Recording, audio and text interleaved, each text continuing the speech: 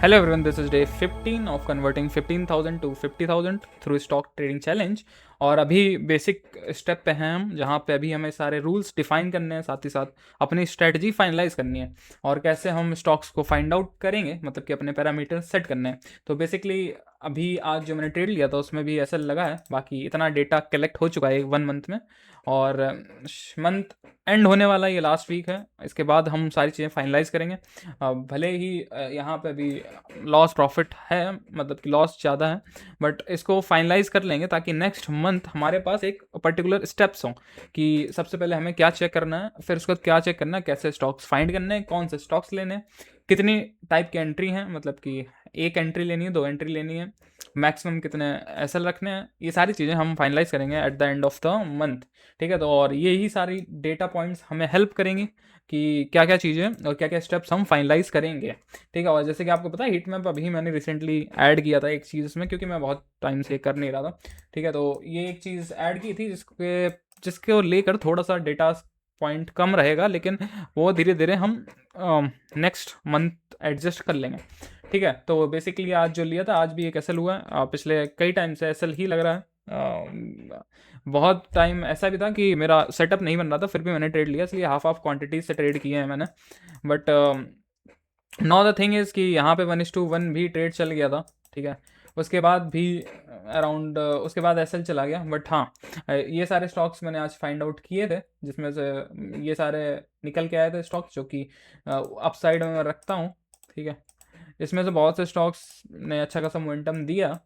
ठीक है, बट वो कैपिटलाइज नहीं हो पाया। एक पावर इंडिया हमने लिया था, पावर इंडिया अपने 52 वीक हाई पे चल रहा था, और इसको चूज़ करने का रीज़न भी ऐसा था, जैसे कि अगर हम देखें नेस्ले नेस्ले अगर मैं लेता तो 1:2 मिल जाता मुझे। ठीक है, केपीआईएल भी लेता, उसमें केपीआईएल और एक पावर इंडिया, ये दो सेक्टर्स अच्छे थे आज। बट यहाँ पे अगर हम देखें तो ये जो केपीआईएल ले रहा था, बट यहाँ पे ये gap up gap down candles थी, तो लिक्विडिटी की वजह से मैंने इसमें ट्रेड बनाया नहीं था। अदरवाइज शायद लिक्विडिटी सही होती तो मैं इसमें भी ट्रेड बना सकता था। ठीक है, एक ये भी अच्छा स्टॉक चला, बट ये सेकंड हाफ में ऊपर गया है। अगर आप देख सकते हैं, ये जो लाइन मैं लगाता हूँ, ये होता है कि मतलब इसको जब क्रॉस कर रहा होगा उसके उसके बाद मैं इनको वॉच लिस्ट में देखूंगा।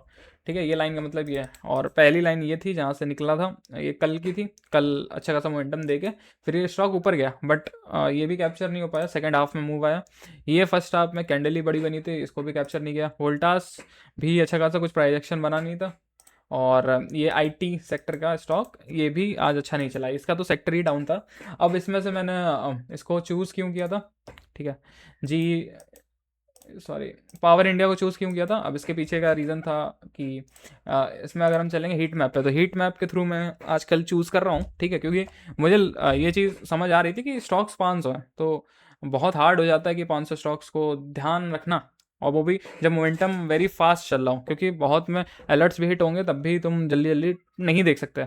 तो मेन चीज़ थी हीट मैप, जो एक फ़िल्टर मैंने लगा रखा है, जिसकी वजह से थोड़ा सा स्टॉक्स फिल्टर आउट हो जाते हैं। ठीक है, तो मेन क्या था कि आज कैपिटल गुड्स का जो सेक्टर था सुबह, वो ग्रीन उतना नहीं था। देखो, सबसे मेन था ऑटोमोबाइल्स। ठीक है, ऑटोमोबाइल्स का कोई भी स्टॉक मेरी लिस्ट में था नहीं, हेल्थ केयर का कोई भी स्टॉक मेरी लिस्ट में था नहीं, लॉजिस्टिक का भी कोई नहीं था, एंड देन बैंक्स तो मुझे इतने अच्छे नहीं लग रहे थे। फाइनेंस का था, ठीक है, फाइनेंस और कैपिटल गुड्स का स्टॉक मेरी लिस्ट में था। तो फाइनेंस वाला कुछ मुझे आज से कंफर्मेशन चाहिए होती, वो मिली नहीं। कैपिटल गुड्स का जो सेक्टर ऊपर था, तो दो स्टॉक्स थे, एक तो जी वेरोना, तो इसमें विदाउट मतलब कि री एंट्री देके, मतलब कि क्लोजिंग देने के बाद टैप दोबारा नहीं किया था और सीधा चला गया था। तो एक बचा हिताची इंडिया, तो मतलब कि मेरे पास यही एक ऑप्शन बचा था, और बाकी सब अगर सॉफ्टवेयर आईटी देखें तो रेड था, सुबह भी रेड था शुरुआत में, और बाकी सेक्टर भी अच्छे खासे थोड़ा थोड़ा रेड थे, केमिकल्स भी रेड था, फाइनेंस भी ठीक ठाक रेड था, बैंक्स भी रेड थे। ठीक है, तो जितना, अब इसमें यही चीज़ है कि मेरी लिस्ट ये थी, इस लिस्ट में बैंकिंग में उठा नहीं सकता, फाइनेंस का बीच का था, और उसके बाद हेल्थ केयर जो सबसे ज़्यादा चल रहा था, ऑटो का, वो भी नहीं चल रहा, ऑटो हेल्थ केयर, ये कोई भी हीट मैप मुझे बता नहीं रहा था। ठीक है, तो एक ही ऑप्शन था कैपिटल गुड्स, तो इसमें मैंने हाफ क्वांटिटीज़ के साथ कोशिश की, क्योंकि ये थर्ड फोर्थ सेक्टर में चूज़ करता, मतलब कि सबसे पहले चॉइस होती तो ऑटोमोबाइल्स में जाता।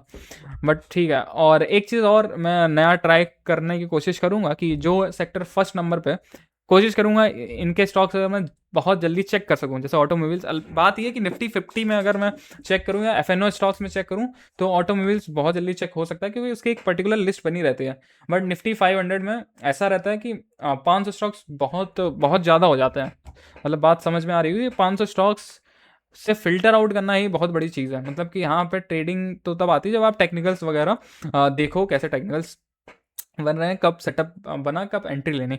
बट जो मेजर प्रॉब्लम फेस करने को ही है, वो ये कि आपको स्टॉक्स भी फाइंड करना है। ये चीज़ फॉरेक्स वगैरह में उतना है नहीं जो मैं करता था, तो उसमें ये चीज़ तो है नहीं कि आपको ये फाइंड आउट करना है कि कौन सा सेटअप कहाँ बन रहा है। बहुत सारे स्टॉक नहीं होते हैं, ठीक है। तो इसलिए मैंने ये फिल्टर धीरे धीरे इसका देख रहा हूँ, आदत डाल रहा हूँ। एक ये था, और फिर उसके बाद मैंने चूज़ किया था आपका हिताची एनर्जी, मतलब कि कैपिटल गुड्स का लिया था। 1:1 दिया था प्राइस ने, बट फिर उसके बाद यहाँ पे एसएल लगा दिया। अब हो सकता है कि सेक्टर बहुत अच्छा था, बट आज मार्केट भी ग्रीन थी, बट उसके बाद भी ऐसा लगा। तो हो सकता है कुछ एक दिन में हम डिसाइड नहीं कर सकते, धीरे धीरे 4-5 दिन देखेंगे अगर हीट मैप्स की वजह से। बट हाँ, कुछ चीज़ें मुझे जो पॉजिटिव इम्पैक्ट लगा है, अगर हम शीट देखें, तो अगर हम देखें ना, टाइम इम्प्रूव हो रहा है। जैसे कि अभी तक क्या था, अपने जब भी ऐसे लगे हैं, ठीक है, उनमें टाइम देखो तो आधे घंटे, 1 घंटे से ऊपर, आधा घंटा एक एवरेज टाइम है, उससे ज़्यादा होल्ड नहीं हुआ है, ठीक है। जो भी बड़ा टाइम फ्रेम है उसमें सीधा टीपी ही मिल गया है, ठीक है। 50 मिनट, 1-2 घंटे के आसपास टीपी मिला है। 5 घंटा था, उसमें भी 1:1 ही बुक हुआ भले ही, बट हाँ टीपी साइड हुआ। 50 मिनट ये एक ऐसे हुआ। बट ये पिछले जब से हीट मैप भी यूज़ कर रहे हैं, तो हीट मैप में 50 मिनट था, इसमें 4 घंटा था, इसमें भी 3 घंटा था। मतलब कि कहीं ना कहीं सेक्टर जो है वो स्टॉक को होल्ड तो कर रहा है। मतलब कि अगर हमने, क्या होता है कि अगर मान लो आपने एक गलत स्टॉक भी पिक किया, ठीक है, गलत स्टॉक भी पिक किया, बट सेक्टर अगर ऊपर जा रहा है, तो चांसेस रहते हैं कि थोड़ी देर वो होल्ड कर रहा है, और थोड़ा सा अगर स्टॉक ने भी पुश दे दिया तो बड़े टारगेट्स मिल सकते हैं, ठीक है। ये चीज़ जो मेन मुझे समझ आती है कि अगर सेक्टर सपोर्ट कर रहा है, प्लस अगर ये सपोर्ट कर रहा है, तो अगर स्टॉक्स थोड़ा सा भी टेक्निकली स्ट्रांग दिखा, वॉल्यूम आया, तो स्टॉक बहुत आराम से आपके टीपी दे देगा। अब ये 2-3 दिन की चीज़ें हैं, मतलब कि 2-3 दिन ही अभी तक मैंने यूज़ किया हीट मैप। बट हाँ, जैसे कि ये भी जो 5 घंटा चाहिए था उसका, ठीक है। तो इसमें ज़्यादातर हीट मैप की वजह से शायद जो मुझे ऐसा फील हुआ कि होल्डिंग पीरियड तो बढ़ गया। होल्डिंग पीरियड का मतलब है कि स्टॉक एसएल नहीं दे रहा है तुरंत, इसका मतलब है कि सेक्टर तो कहीं ना कहीं सपोर्ट कर रहा है। मैं कहीं ना कहीं हीट मैप तो सही से यूज़ धीरे धीरे कर ले रहा हूँ। थोड़ा सा टेक्निकल पार्ट पे हो सकता है शायद वर्क करना पड़े, या शायद मार्केट अभी ऐसी ही चल रही है, ठीक है। बाकी मिलते हैं नेक्स्ट वीडियो में।